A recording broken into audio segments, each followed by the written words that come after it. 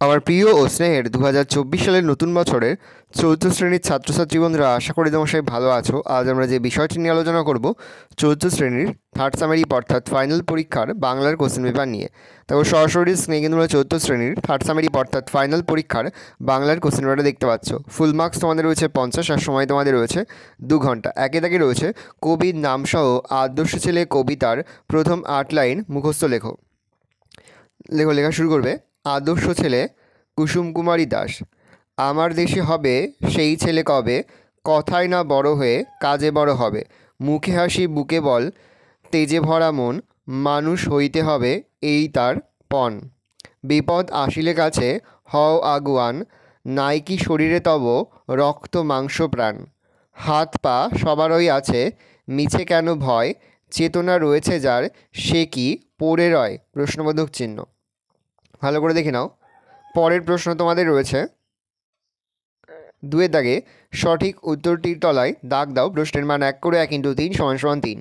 জ্যোতির নবমার নাম হলো সনাতন, অনাথ না সুরেন। উত্তর হবে অনাথ। তাহলে জ্যোতির নবমার নাম হচ্ছে অনাথ। পরের প্রশ্ন, নাদের আলী ছিলেন একজন মাঝি, মিস্ত্রি না পুরোহিত। উত্তর হবে মাঝি। তাহলে নাদের আলী ছিলেন একজন, উত্তর হবে মাঝি। প্রশ্ন, ওগো শোনো ড্যাশ পেতে, কান মাথা হাত। উত্তর হবে কান। তাহলে ওগো শোনো কান পেতে।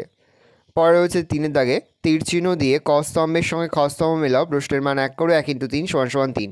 স্বপ্নবুড়ো হবে অখিল বন্ধু নিয়োগী, ছন্দের জাদুঘর হবে সত্যেন্দ্রনাথ দত্ত, নীল লোহিত হবে সুনীল গঙ্গোপাধ্যায়। তাহলে কয়েরটা হবে আয়ের সঙ্গে, খয়েরটা হবে হর্ষের সঙ্গে, আর গয়েরটা হবে অয়ের সঙ্গে। 4-এর দাগে রয়েছে শূন্যস্থান পূরণ করো। প্রশ্নের মান 1 করে 1 × 4 = 4।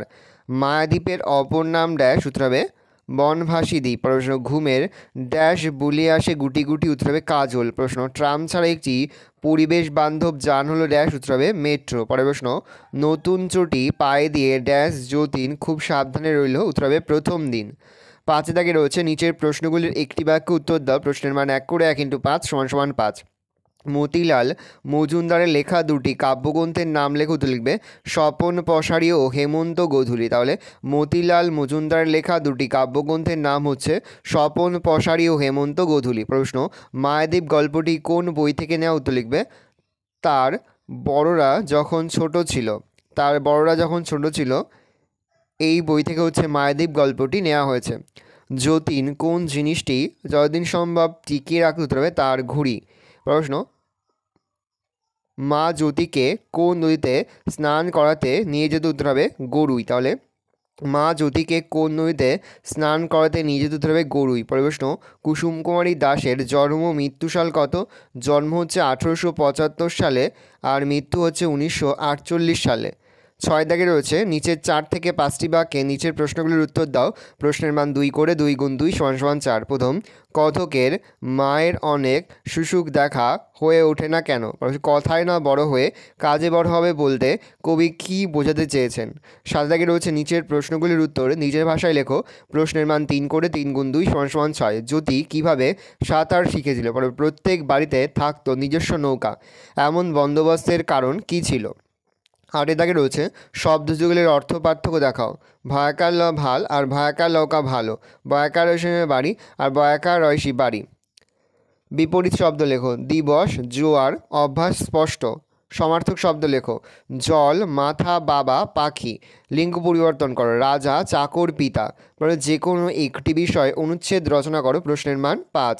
তোমার পছন্দের ঋতু, তোমার দেখা একটি মেলা। এবার আমরা এই প্রশ্নের উত্তরগুলো দেখে নেব। দেখো, প্রথম, কথকের মায়ের অনেক সুসুখ দেখা হয়ে ওঠে না কেন।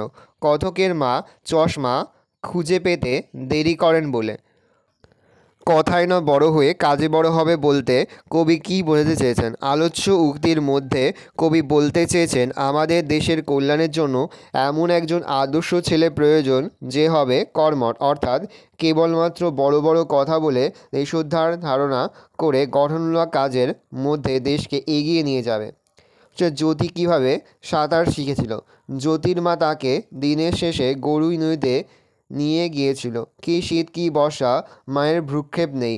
শাড়ির এক মুড়ো জ্যোতির কোমরে বেঁধে অন্য মুড়োটা বজ্র মুষ্টিতে শিবরাত্রির সলতে এই একমাত্র ছেলেকে ছুঁড়ে ফেলে দেয় জোয়ারের জলে। ঢেউগুলি ফনা মেরে ঝাঁপিয়ে পড়ে, আর আপ্রাণ লড়তে জ্যোতি যখন প্রায় অবসন্ন হব সব আউট সাঁতারুর মতো তার মা তীরের বেগে এগিয়ে গিয়ে ছেলেকে তুলে নিয়ে যান। এইভাবে জ্যোতি সাঁতার শিখেছিল। প্রত্যেক বাড়িতে থাকতো নিজস্ব নৌকা, এমন বন্দোবস্তের কারণ কি? নদীর ধারে বসবাস থাকায় যাতায়াতের একমাত্র মাধ্যম হলো নৌকা। এই কারণে প্রত্যেক বাড়িতে নিজস্ব নৌকা থাকতো। পরে যে শব্দ যেগুলির অর্থ পার্থক্য দেখাও। ভালো, ভয়াকাল্য ভালো, তোমার শুভ হোক মঙ্গল। ভয়াকাল্য গেল ভালো, ভালো লোক, ভালো মানুষ। বাড়ি, বয়াকার রসনের বাড়ি, গৃহ আলয়। বয়াকার রসি বাড়ি মানে জল। বিপরীত শব্দ লেখো। দিবস, দিবস হচ্ছে রাত্রি, জোয়ার হচ্ছে ভাটা, অভ্যাস হচ্ছে অনভ্যাস, স্পষ্ট হচ্ছে অস্পষ্ট। সমার্থক শব্দ লেখো দুটি করে। জল, বাড়ি, সলিল, মাথা, মস্তক, শিষ্য। বাবা, জনক, জন্মদাতা। পাখি, পক্ষী, বিহগ। হচ্ছে লিঙ্গ পরিবর্তন করো। রাজা হবে রানী, চাকর হবে চাকরানী, পিতা হবে মাতা। দেখো প্রথম রয়েছে তোমার প্রিয় ঋতু, আমি লিখছি শরৎকাল, দেখে নাও। শরৎ বছরের তৃতীয় ঋতু। ভাদ্র আশ্বিন এই 2 মাস শরৎকাল। বর্ষা বিদায় নেবার পরই শরতের দেখা মেলে। বর্ণনা, এই সময় আকাশে ভেসে বেড়ায় পেঁজা তুলোর মতো সাদা মেঘ। আকাশের রং এই সময় থাকে গাঢ় নীল। এই সময়েই বাঙালির শ্রেষ্ঠ উৎসব শারদীয় উৎসব। বাতাসে ভেসে বেড়ায় পুজোর ছুটির আমেজ। এই সময় বাংলার মাঠে মাঠে সবুজ ধান খুশিতে নেচে ওঠে। বাগানের শিউলি, কামিনী, হাসনুহাস, টগর, মল্লিকা, জুঁয়ের অপরূপ শোভা। দেওয়ালে শ্যামার মধুর কলকাকলি, সব মিলিয়েই প্রকৃতি যেন সেজে ওঠে উৎসবের সাজে। উৎসবের ঋতু, এই সময় মানুষের মনে উৎসবের ছোঁয়া লাগে। বাঙালি শরৎকালে তার মনের আনন্দকে প্রকাশ করে নানা উৎসব আর নানা অনুষ্ঠানের মধ্যে দিয়ে। বাঙালির শ্রেষ্ঠ উৎসব দুর্গাপুজো অনুষ্ঠিত হয় শরৎকালে। পুজোর 4 দিনের প্রস্তুতি চলে বহুদিন আগে থেকে। পুজোর দিনগুলিতে বাঙালির মন আনন্দে ভরে ওঠে। উপসংহার, শরৎ উৎসব আর আনন্দের ঋতু। কবি সাহিত্যিকরা তাদের লেখায় এই ঋতুর বর্ণনা করেছেন। পরের প্রবন্ধ রচনা রয়েছে তোমার দেখা একটি মেলা। কানাইপুরে বিশালাক্ষীতলায় চৈত্র সংক্রান্তির দিন চড়কের মেলা বসে। মেলা অনেক পুরনো এবং খুব বিখ্যাত। এখানে মেলা বেলা 11টার পর থেকেই বসে যায়। বেশ কয়েকটি গ্রামের বহু মানুষ এই মেলা দেখতে আসে। তাদের সঙ্গে আসে তাদের ছেলে মেয়েরাও। মেলাটি 5 দিন ধরে চলে। নানা রকমের জিনিসপত্রের দোকানপাট বসায়। মেলা খুব সরগরম হয়ে ওঠে। কেনাকাটার ধুম পড়ে যায়। বিশাল এক মাঠের একদিকে নাগরদোল্লা, সার্কাস, কত কী বসে। আর আছে ম্যাজিকের ঘর। খুব ছোটদের জন্য হাজার রকমের খেলনা নিয়ে বসেছে অনেক দোকান। আমিও ছোট বোন বাবার সঙ্গে এই মেলায় একবার গিয়েছিলাম। আমাদের থেকেও বাচ্চাদের সে কী আনন্দ। সকলে চলছে মা বাবার হাত ধরে। সকালে ও বিকালেই ভিড়টা বেশি হয়। বাবা বাড়ির জন্য কিছু লোহা ও কাঠের তৈরি আসবাব কিনলেন। বাবা আমার জন্য খেলনার ব্যাট, বল ও আরও কিছু জিনিস কিনে দিলেন। আর বোনের জন্য কিনলেন একটা সুন্দর জাপানি পুতুল ও রঙিন চুড়ি। বাড়ির জন্য কিনলেন একটা সুন্দর মাদুর। সবশেষে বাবা আমাদের গরম জিলিপি খাওয়ালেন। শেষে খেলাম আইসক্রিম। আমরা অনেক আনন্দ নিয়ে বাড়ি ফিরলাম। ভালো করে দেখে নাও, এই রয়েছে টোটাল তোমাদের থার্ড সামারি অর্থাৎ ফাইনাল পরীক্ষার 4th শ্রেণীর বাংলার কোশ্চেন পেপার। আর তোমরা কোশ্চেনটা দেখে নাও। আশা করি ভিডিওটা ভালো লেগেছে। ভিডিওটা ভালো লাগলে ভিডিওকে লাইক করতে একদমই ভুলবে না। আর আমার চ্যানেল নতুন হওয়া লাইক সাবস্ক্রাইব প্রেস করে পাশে বেল আইকন প্রেস করে যখন নতুন কোনো ভিডিও আপলোড করি সবার ফার্স্ট নোটিফিকেশন তোমরা পেয়ে যাও। আজ আমরা যে প্রশ্নোত্তরগুলি নিয়ে আলোচনা করলাম, প্রতিটি প্রশ্নোত্তরই কিন্তু এই বছরের ফাইনাল পরীক্ষার জন্য খুবই গুরুত্বপূর্ণ। সেহেতু প্রতিটি প্রশ্নোত্তরই তোমাদের খাতা লিখে তোমরা কিন্তু মুখস্থ করে ফেলবে। কোনো প্রশ্নের উত্তর লিখতে বা বুঝতে যদি কোনো রকম অসুবিধা হয় তাহলে কিন্তু নির্দ্বিধায় কমেন্ট সেকশনে কমেন্ট করে জানাতে একদমই ভুলবে না।